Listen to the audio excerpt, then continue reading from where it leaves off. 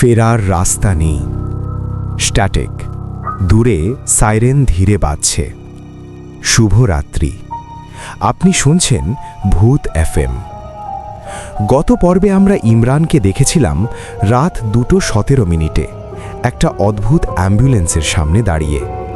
Driver বলেছিল, আজ আপনার পালা। অ্যাম্বুলেন্সের দরজা নিজে নিজেই খুলে গেল।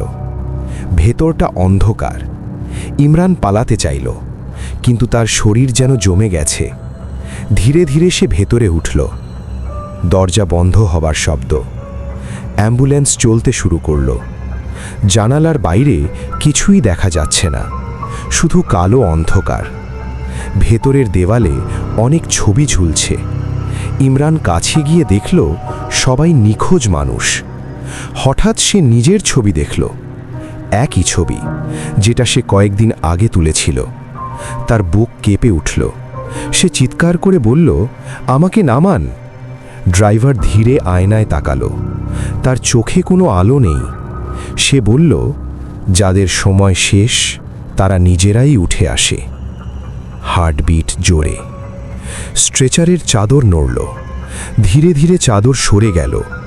ভেতরে ইমরানের নিজের শরীর।